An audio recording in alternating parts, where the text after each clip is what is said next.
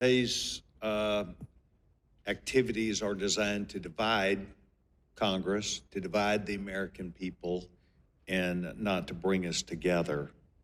Today, our country is going through a tremendous storm that is happening across our south and east coast. And I know that we need to be at a time where we're thoughtful about so many Americans that are facing difficulty. I'd like to talk about this issue in a different way. I know that it's been pitched as a battleground, a battle of choice versus the rights of people. I know it's being pitched as a nationwide ban that Republicans want. Well, in fact, the Supreme Court ruled that it's not a constitutional issue, it's a states' rights issue. And whether I agree with it or not, I think it's important that we recognize that's the law of the land. I have a little bit different take on this. Perhaps might be informational to some that are listening, perhaps not. I have a Down syndrome son who is 28 years old. And Alex is a young man, Alexander Sessions. Alex is a young man who faced some difficulties early in his life with medical issues. Otherwise, he was a normal baby boy who was born. But Alex turned into the kind of person who has made a lot of his life. Alex has a big brother who is also a medical doctor, who is also an Eagle Scout, who is also a young man. Both of them, the way they were raised, they get up and they enjoy the day. They see a mission in front of them. And while Alex, as a Down syndrome man, has what might be called an intellectual disability, he has been able, through the grace of what I will say, God, because God helped create Alex. And Alex has been nothing but a positive person to thousands of people who have known him. He is an inspiration, not just with his life, but the way he greets people. He was a regular visitor here in Congress, would come to the floor. He made friends.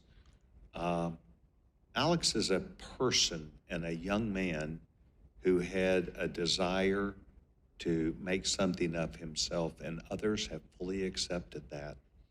And so if I can give a story to those who might consider perhaps their ideas about what a Down syndrome person might be in their life, I'd like to say it's a positive, thoughtful experience.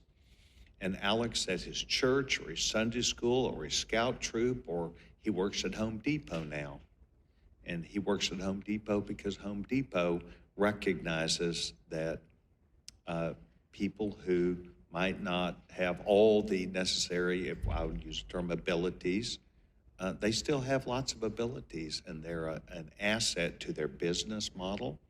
They're an asset whether he's pushing carts to clean a parking lot or whether he's in just greeting people, that it's a tender side of life. And we were chosen for this. We did not, when we necessarily conceived Alex, we did not have to sit back and say, what do we want?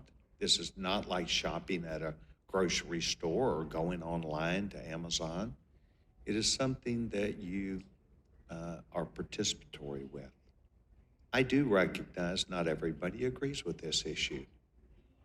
I do recognize that it can be a very difficult circumstance. But what I would say is let's not beat up this issue with what I believe is hyperbole, to just beat the issue up and talk about nationwide ban of what Republicans want to do, and they want to take away all these rights and obligations. Well, it is an issue that is going to be solved on a state-by-state basis. It will not be, in my opinion, decided in the near term because we have a president who's been duly elected. who would not sign that legislation. So it will be at its appropriate time. If it's going to be a national issue, it will be available to the voters in 2 years. So I'd really like for us, if we could, between maybe now and then, to talk about this issue in a way that is balanced. That is, the Supreme Court has made a decision, and the country will deal with that as they have made many other difficult decisions, some that I agree with, some that I disagree with. But it's the law of the land.